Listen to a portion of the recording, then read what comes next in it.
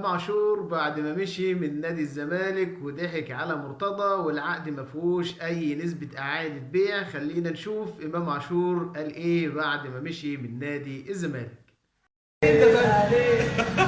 ولا في غيره يفرحني، دايما معاه والاهلي فوق. غني يلا، غني. هينجلط فيها امام عاشور، يعني بيغني مع اصدقائه عمري ما احب غير النادي الاهلي ولا في غيره يفرحني. امام عاشور بيقول لاصدقائه هتفضحنا يا ابني. امام عاشور شكله هيرجع للنادي الاهلي ولا ايه؟ شفت تخوف عمرو اديب وقال ما تقولناش ده كوبري وهيرجع للنادي الاهلي. عقد امام عاشور ما فيهوش اي بند لاعاده، طبعا اعاده بيع.